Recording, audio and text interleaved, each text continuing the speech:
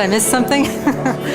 Good morning, everybody. It's great to see you here this beautiful morning, beautiful, beautiful day. Let's stand up and sing together our congregational song, which is The Spirit of Love. So let us breathe in deeply, taking in that goodness, and exhale, releasing goodness, and breathing in again, recognizing that we are receiving, and exhaling, recognizing that we are giving.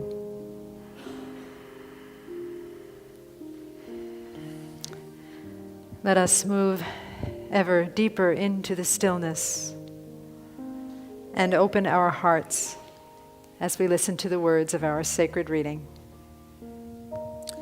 From It's All God, The Flowers and the Fertilizer by Walter Starkey. We hear that it is better to give than to receive. But until we have received, we have nothing to give. Our first priority is to seek God, seek guidance, seek Spirit. And when we have received, we will not only have something to give, but will know by example how to give and in what spirit. Seek ye first the kingdom of God, and you will be able to see that it is all God. And so it is. And so knowing that the kingdom of God is a state of mind, that the kingdom of God is spread upon the earth, that it is within us, let us enter the kingdom of God together as we turn within and recognize the I Am presence in each of us. As we sing together, I am remembering who I am, we remember that power and presence, that consciousness that is God, is the life that animates everything, that animates us, that animates the whole entire universe and beyond. So as we sing this song, as we remember, we reconnect with that power and that presence, that spiritual essence of I Am. And as we know it for ourselves, we know it for all things and all beings. And let us sing together.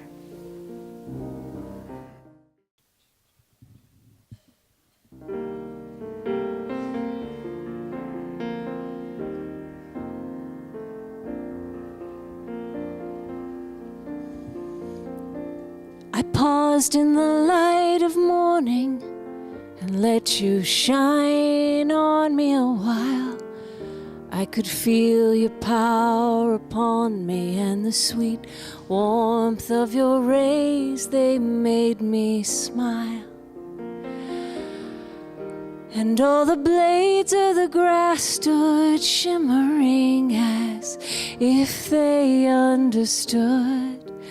To be effortlessly bathed in your blessings is very, very good. And so it is, and so it shall be. We don't have to justify any more than the lilies of the field or the bird in flight has to bloom or has to fly. They do it 'cause they're called to. They do it 'cause it's what they've come here to be. And the moment you serve your own heart is the moment you are free. How strange that we toil and labor in guilt and blame and compromise, driven by the voice of doubt which drowns out what the inner truth belies.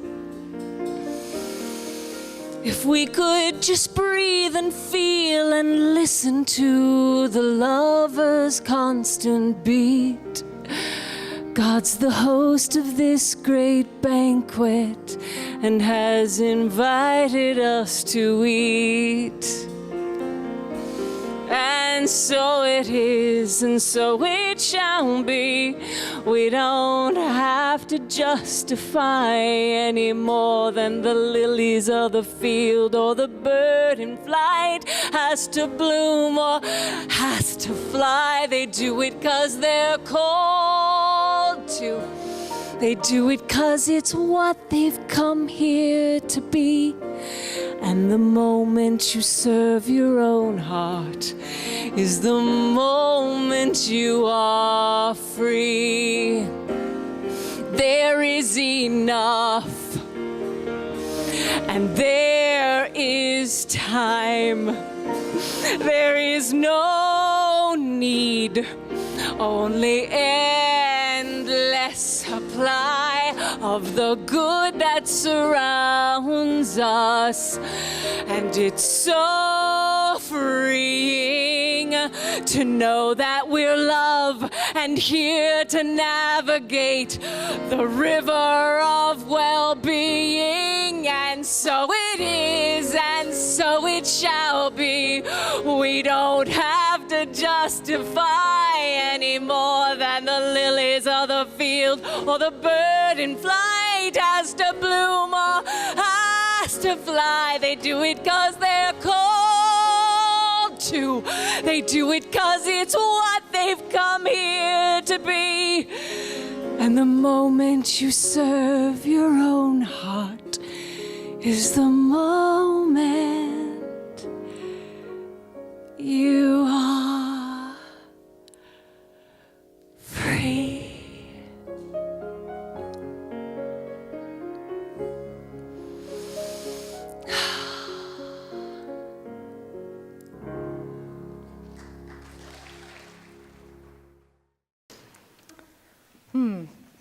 Well, as you probably have read and noticed with all the references, today is Super Bowl Sunday, a game that I watch. Well, I watch one football game a year, and that would be the Super Bowl.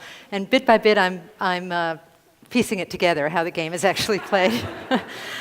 But I do know that there is this thing called a wide receiver and a tight end, and I'm not quite sure what either position entails, but I know that metaphorically, metaphysically speaking, I would much rather be a wide receiver than a tight end. So today, metaphysically speaking, again, I don't really know what they do on the field, but today, I'm encouraging all of us to look at the places in our lives where we've been tight, where we've been constricted, where we've been clamping down and clenching, where we've been refusing to allow the good of spirit in, and trust and know that just as Margaret said in her beautiful song, that we don't have to justify receiving, that we are here to give, but we are also here to receive. In that beautiful reading that Hugh did from It's All God by Walter Starkey, which is our featured book for this month, that, yes, we've all probably learned that it is better to give than it is to receive, but in truth, we can't really give anything effectively or appropriately or with any kind of graciousness unless we have first received something. So we're going to look at receiving and what that is and what that means to us. One of the things that reading this book has reinforced for me and taught me is that another thing that I think we neglect along with receiving is that we sometimes neglect to appreciate the spirituality of matter. There are spiritual teachings that say that the flesh is bad. The spirit is willing, but the flesh is weak. That implies that there's something wrong with the flesh. There are other teachings that say that we must cultivate detachment from things in order to be happy. And in this teaching, we talk about how matter has no real power over ourselves, over us, any of us. And, all of that, there's a certain amount of truth to all of that. But what those phrases leave out is this idea of what Walter Starkey calls the double thread, which is that matter and spirit are intertwined, that they are the same thing, that matter is spirit and spirit is matter, and that cause and effect are one. And that this double thread concept is the idea that what is quote-unquote material and what is quote-unquote spiritual is intertwined in everything so that you can barely tell them apart.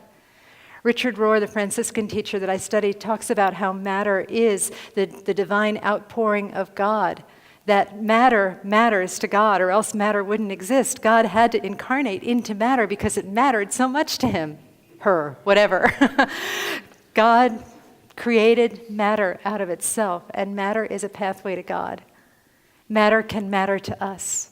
Receiving matter, appreciating matter, loving matter, being with matter, and knowing that it's all spirit and matter combined in this inexplicable double thread is such a beautiful way to go through existence. And this was made very real to me because in the past I always thought that, well, spirit will lead me to mastery of matter. But recently I had an experience where an experience with matter led me to a greater understanding of spirit. And that happened several months ago, 4 or 5 months ago, when I made a shocking realization. And that realization was that I was treating my car better than I treat my body. I give my car appropriate fuel. I don't put olive oil in it or perfume in it and expect it to run. But I wasn't giving my body appropriate fuel. I was suffering from not a full-blown diagnosis of anorexia, but a sort of spiritual, soulful anorexia. And so I'll tell my story in just a moment, but I just encourage all of you to look at ways where you may be turning away from the good of God, starving yourself, withholding from yourself, suffering from a sort of spiritual anorexia. And let's see if we can work together through this experience that I had and also through the spiritual principles that we'll talk about to see if we can start really feeding ourselves, to see if we can start truly being that wide receiver that I spoke of, and to really, really trust and know that it is Spirit's good pleasure to give us the kingdom. And it's our job to receive it.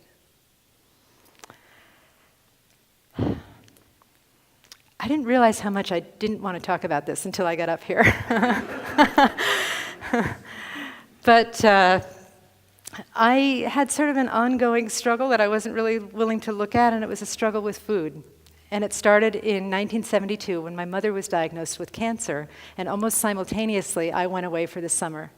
And when I was away for the summer, I was eating a lot of comfort food because I was worried about my mom and I missed her.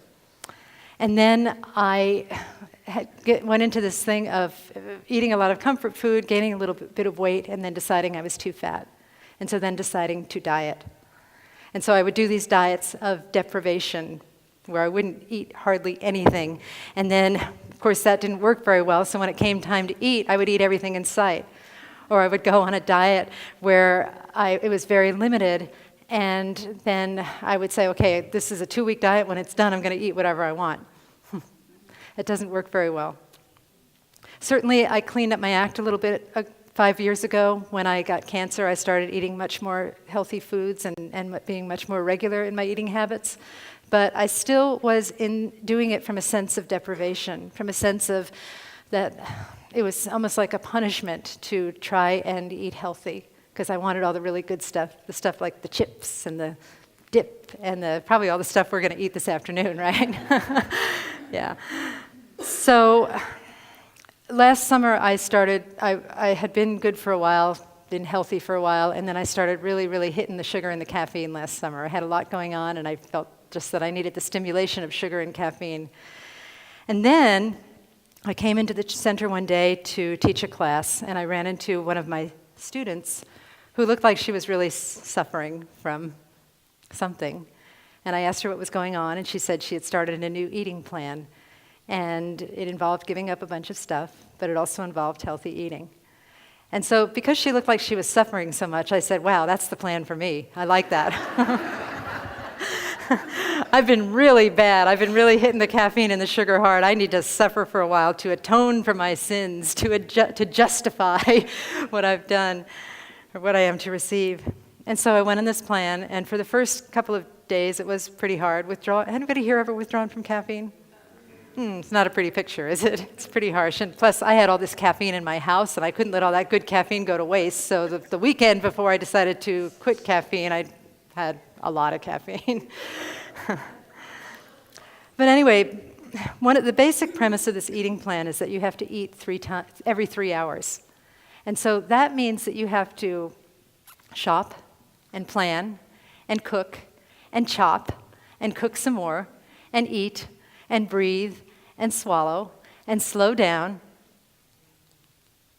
You have to actually treat your body like it matters, like it's important. And that was shocking for me.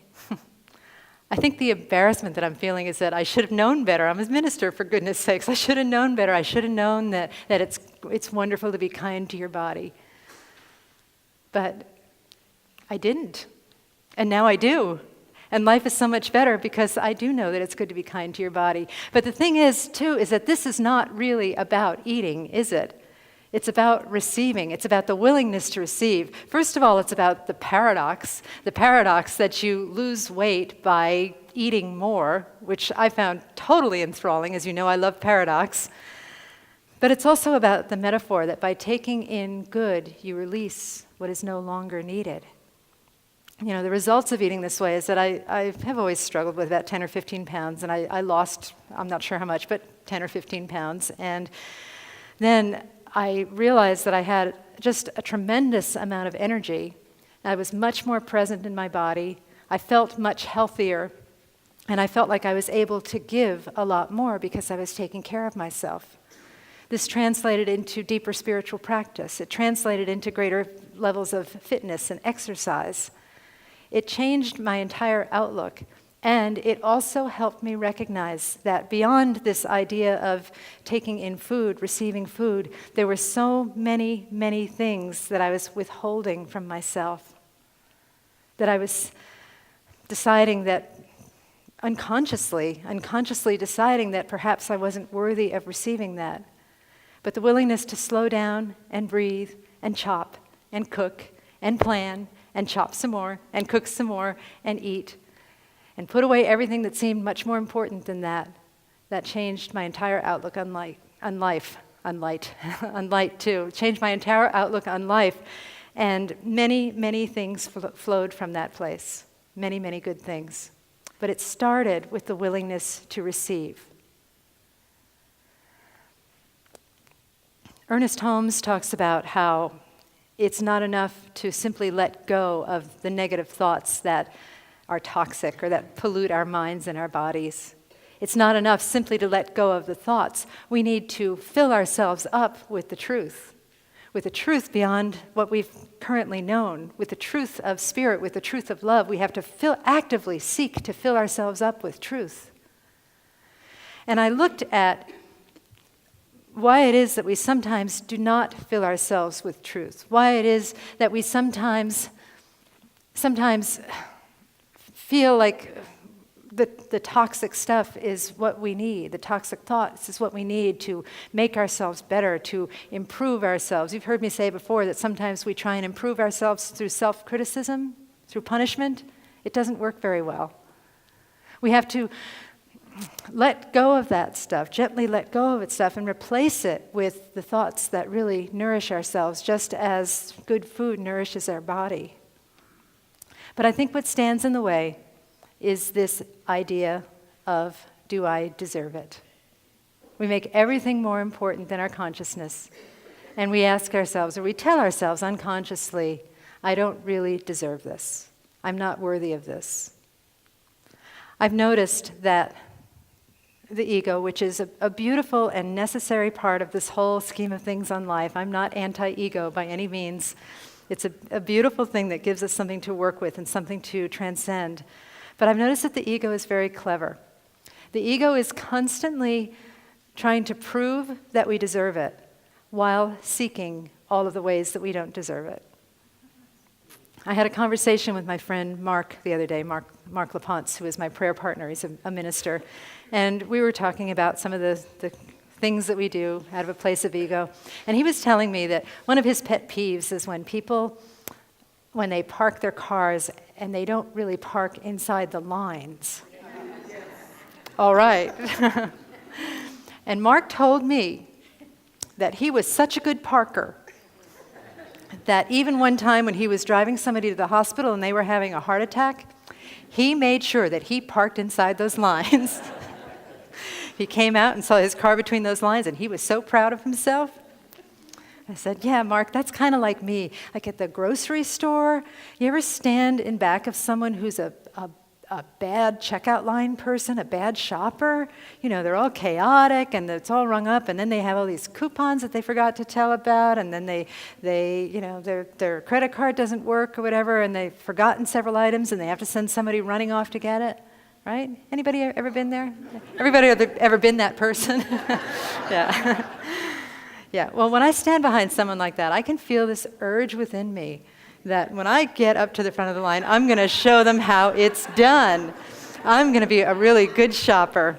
I have all of my items. I don't have any coupons. I have my ATM card. Of course, that is usually when I'm planning on showing off about what a good shopper I am, that's usually when my ATM card is in my jeans that are at home, and I don't have any cash on me, or I forget my code, which I've known for 30 years. But you know, so that's the ego just trying to prove that we are enough. Because if we are enough, if we can prove that we're enough, if we can accomplish enough, if we can impress enough people with our wit and our wisdom, then we deserve to receive. That's what the ego tells us all the time.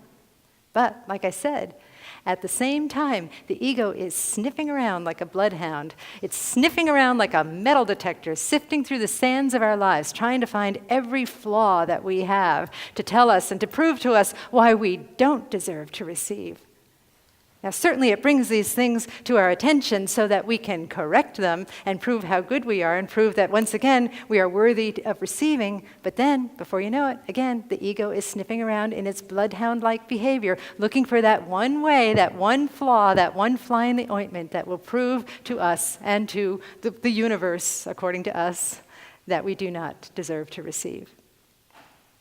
What I encourage us to do is to take a thought about Rumi's field, which talks about out beyond the ideas of wrongdoing and right doing, there is a field.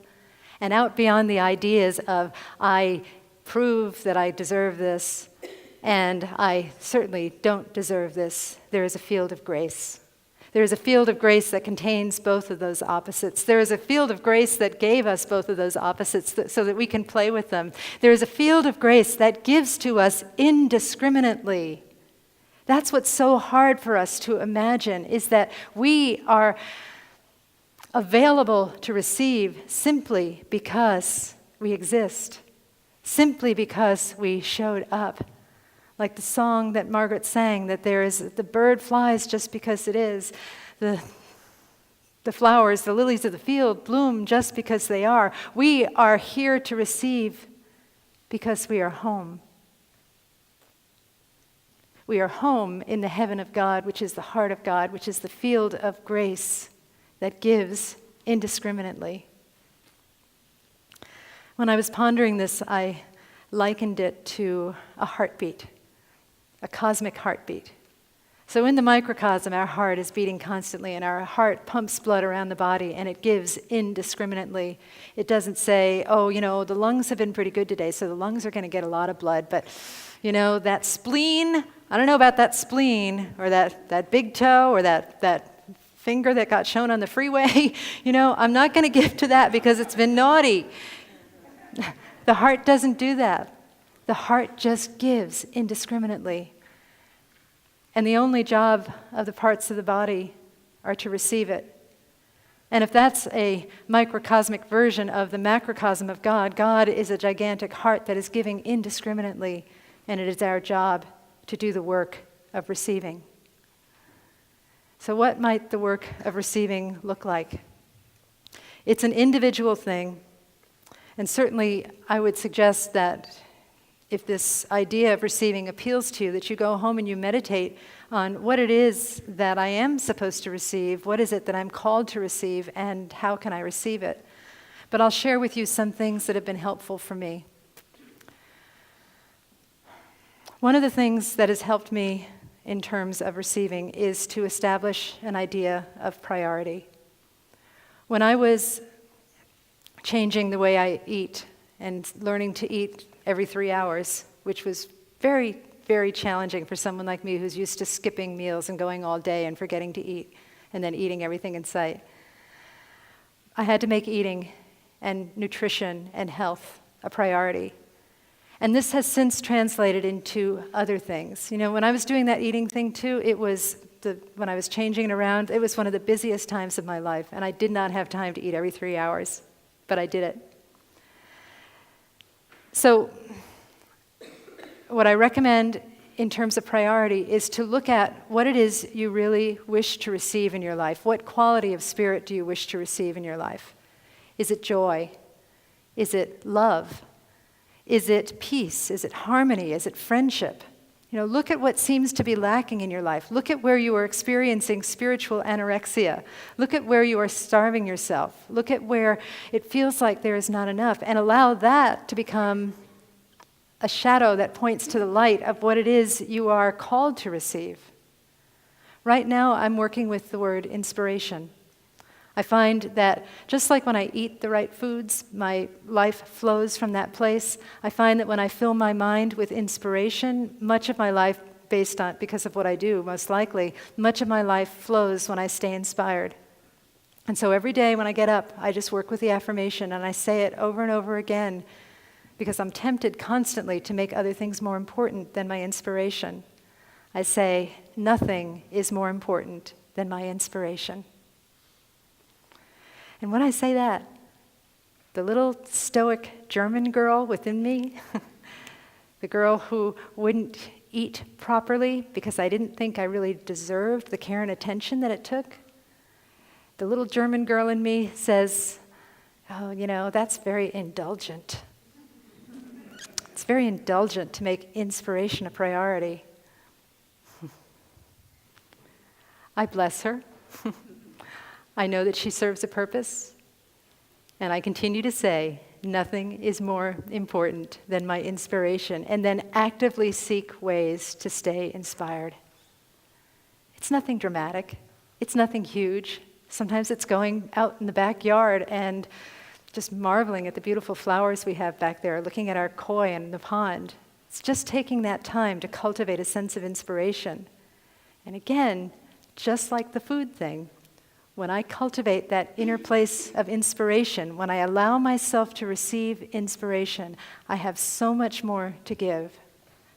Life flows beautifully from that point of inspiration. So for you all, you know, if inspiration is your word, great, but if it's not, find a word and make that your priority. Stop yourselves many, many times per day to see if you are feeding that priority and allowing that priority to blossom and take hold in your soul, and then notice how your life will flow from that place with so much more ease and grace and wonder. Another principle that I work with in terms of receiving is the idea of rewards. Again, when I contemplated talking about this, sorry I keep bagging on Germans. My family was a very stoic German family, that's why I do it. But my little inner German girl was very much like, oh, don't talk about rewards, that sounds indulgent. Maybe in another 10 years I'll get past this, okay? But I have a system of rewards. If there's some task that I am not wanting to do, I will reward myself. One of my friends, who is very much like me, kind of stoic, she loves to talk to me about this, and I often see her on Saturdays when I'm procrastinating about figuring out my sermon. And she's often will ask me, you know, what's your reward today? The last time she did, I said, you know, I'm not even thinking about the reward. I am working on the pre-ward.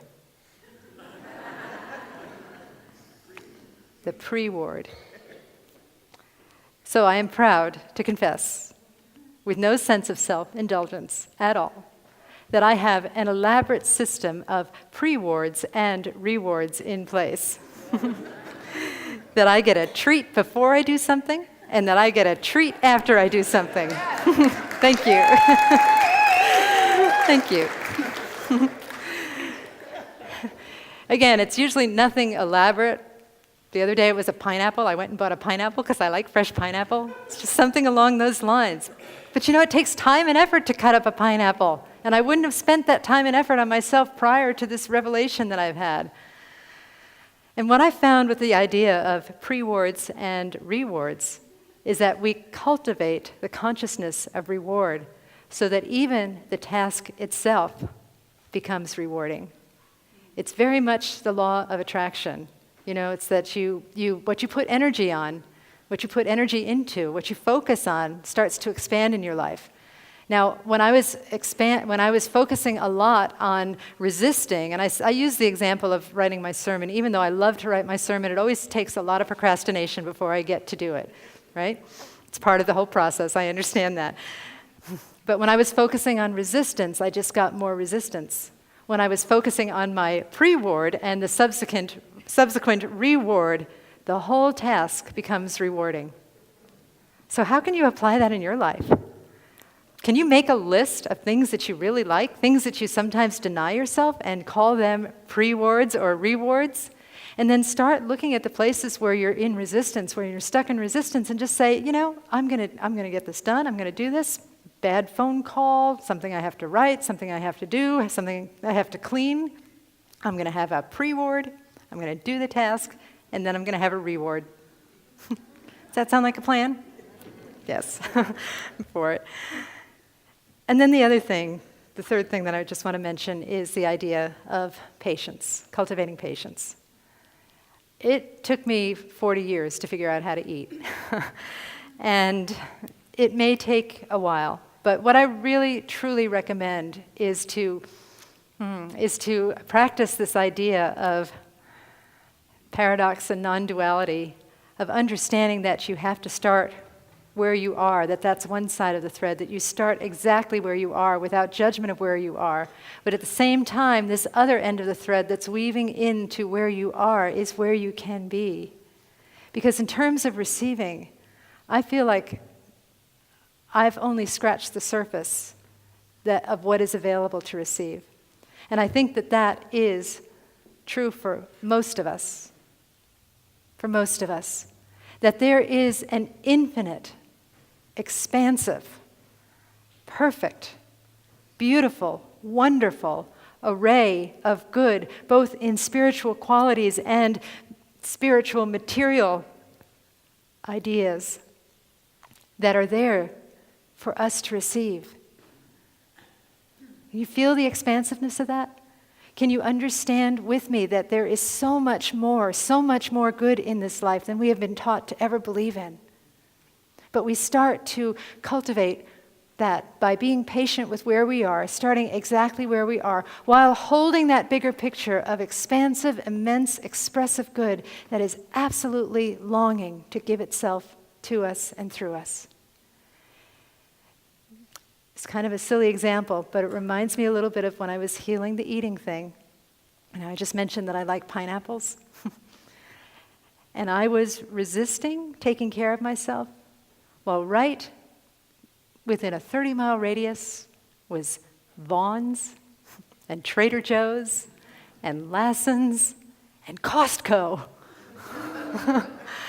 All of this array of bounty that I could not even describe or imagine.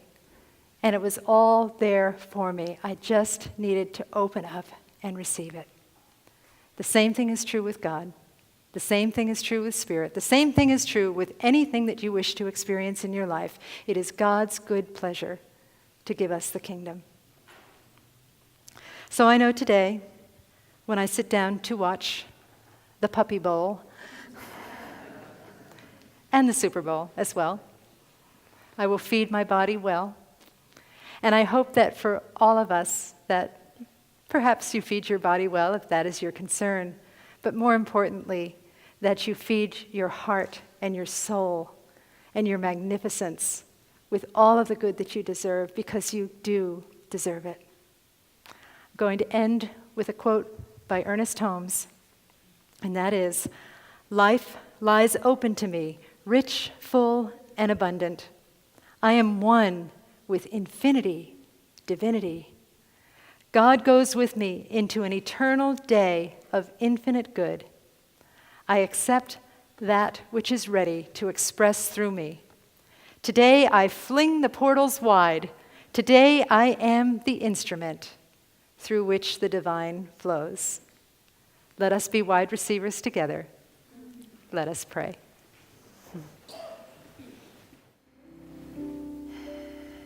And so I rest in that perfect awareness that there is one beautiful life, one infinite life, and that life is God's life. That life is my life right here and right now. That life speaks its word through me as I pray, and it fills every person sitting in this beautiful sanctuary. That life is who we are, yesterday, today, and always. And so I speak in the first person, but I am using the holy I am, the I am that encompasses all of existence. And so knowing that this is true, I know that I am blessed and a blessing. I am open to receive infinite good. I am open to expand in infinite ways that I can't even imagine yet. I am willing to step into that field of grace beyond deserving and not deserving and simply allow Spirit to give unconditionally and indiscriminately to me and through me. I am ready to receive. I am ready to share. I am ready to be all that I am in magnificent, wonderful ways. How good it is to know this truth and to speak these words that lift the heart and soothe the spirit, that feed our souls, and that allow us to step forth into all the radiance that is ours simply because we exist. I am grateful for this spiritual teaching. I'm grateful for this center and for every single person in it, those seen and unseen. I bless this teaching as I bless all paths to God, churches, temples, mosques, and ashrams. I bless atheists and fundamentalists. And I give thanks for the demonstration of these words in our shared life, knowing that it is true before it was even spoken. With a heart that is filled with gratitude, I say, thank you, Spirit, thank you, God, and I release these words into the mystery, and together we say, and so it is. It's been raining on my birch tree, and it's sunny outside. It's been struggling this whole year, and a third of its branches have died. But in the middle of the afternoon last week, as I pondered its plight in vain, staring out from the shade of my patio umbrella, I swear to you, it began to rain right there. Right when it needed it, asking with no words, the universe heeded it. Out of a clear blue sky, not knowing how or why, love comes pouring down, you can't explain, and it begins to rain.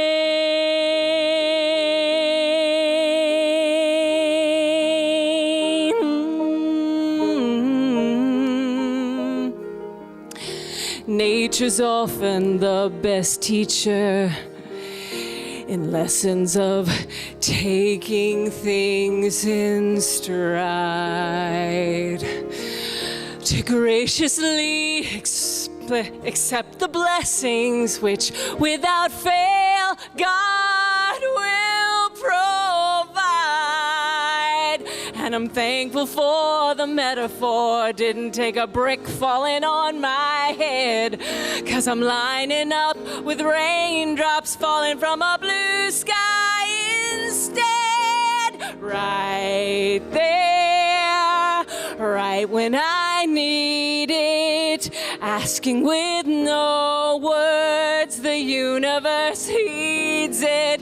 Yes, out of a clear blue sky, not knowing how how or why love comes pouring down you can't explain, and it begins to rain. I've been wasting time with worry, wondering just how on earth I'd ever make it through with this miracle in view.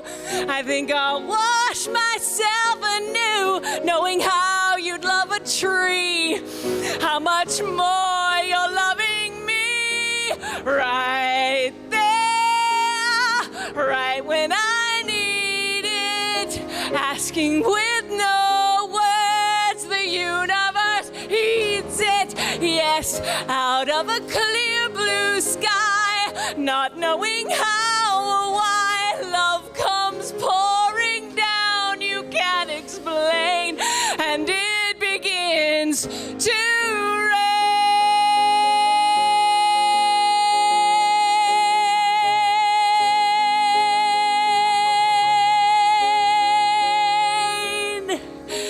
It's been raining on my birch tree,